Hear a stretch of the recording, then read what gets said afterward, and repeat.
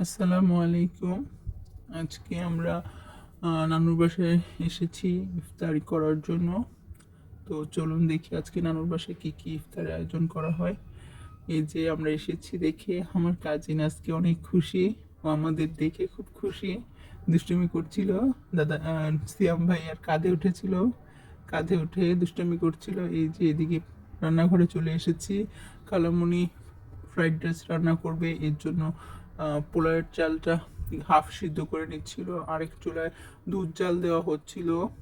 আহ, ফালুদা রান্না করা হবে, এখানে ফালুদার জেলিগুলো জমতে দেওয়া হয়েছিল।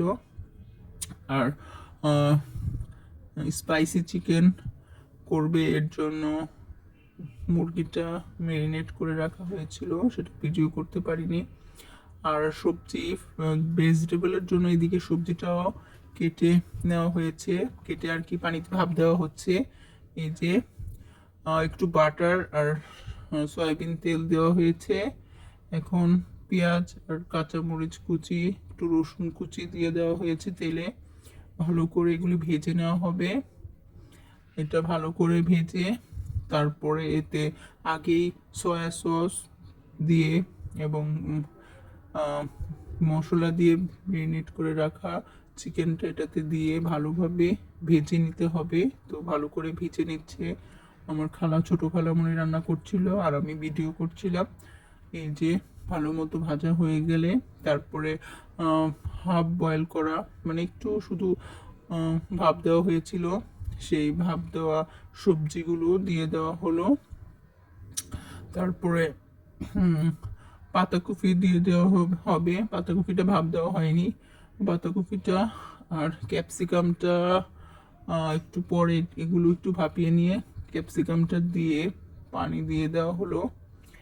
এখন একটা বলক আসলেই তারপরে এটাতে ওই যে গোলমরিচের গুঁড়া দিয়ে দেওয়া হচ্ছে, গোলমরিচের গুঁড়া দিয়ে দেওয়া হচ্ছে, গোলমরিচের গুঁড়ো দিয়ে তারপরে পানিতে কর্নফ্লাওয়ার গুলিয়ে তারপরে দিয়ে দেওয়া হবে, যাতে গ্রেভিটা একটু ঠিক হয়। এই যে গ্রেভিটা গাঢ় করার জন্য প্রয়োজন মতো কর্নফ্লাওয়ার পানিতে গুলে দিয়ে দেওয়া হলো। এটা একটা 2 মিনিট এভাবে রান্না করলে বলক আসলে তারপরে এটার ঘনত্ব ঠিক মতো ঘনত্ব হলে, যেটা আমরা চাইছিলাম তেমন পারফেক্ট ঘনত্বে চলে আসলে এটা নামিয়ে নেওয়া হবে। এই যে হয়ে গেছে, এখন এটা নামিয়ে নেওয়া হবে। ভেজিটেবলটা নামিয়ে নিয়ে চিকেনগুলো ভাজতে দেওয়া হয়েছে, স্পাইসি চিকেন। এই যে তন্দুরি চিকেনের মতোই ভেজে নেওয়া হবে।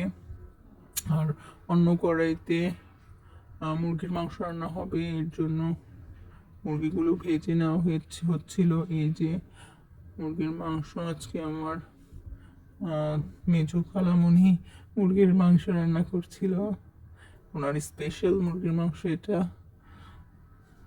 আজকে ফার্স্ট টাইম এই স্পেশাল মুরগির মাংসটা আমরা খাবো। তো এই যে মেজো খালামণি রান্না করছিল আর ছোট খালামণি রান্না করছিল ফ্রাইড রাইস। আর বাকি ইফতারগুলো আমার ছোট খালামণি রান্না করেছে।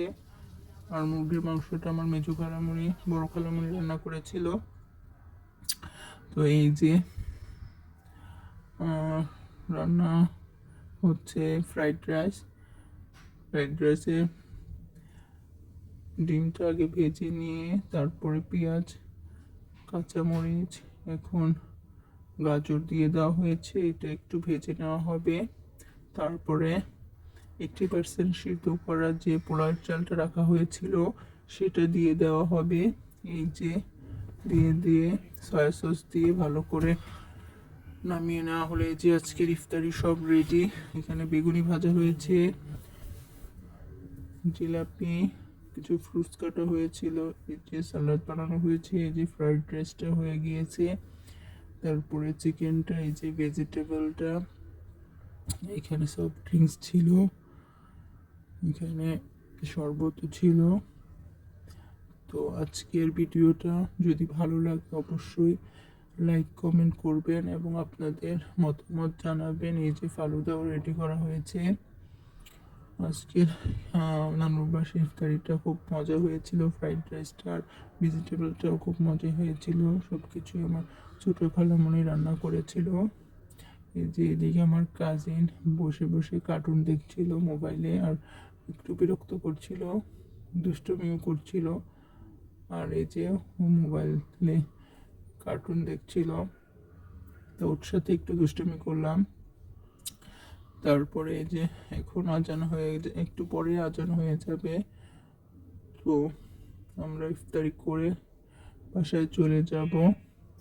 তো আজকের ভিডিওটা এই পর্যন্তই। ভালো লাগলে অবশ্যই লাইক কমেন্ট শেয়ার করবেন এবং আমাদের ইউটিউব চ্যানেলটা অবশ্যই সাবস্ক্রাইব করে দিবেন। বিকালবেলা একটু পরে আজান দেবে, তো এই যে আকাশে সূর্যটা ঢলে পড়েছে, দেখতে খুব সুন্দর লাগছিল। তো এটার জন্য ভিডিওটা করা হলো। আকাশটা একদম লাল, খুব সুন্দর লাগছিল দেখতে। তো আজকের ভিডিও এই পর্যন্তই। সবাইকে অনেক অনেক ধন্যবাদ ভিডিওতে এতক্ষণ সাথে থাকার জন্য। সবাইকে আবারও ধন্যবাদ জানিয়ে আল্লাহ হাফিজ।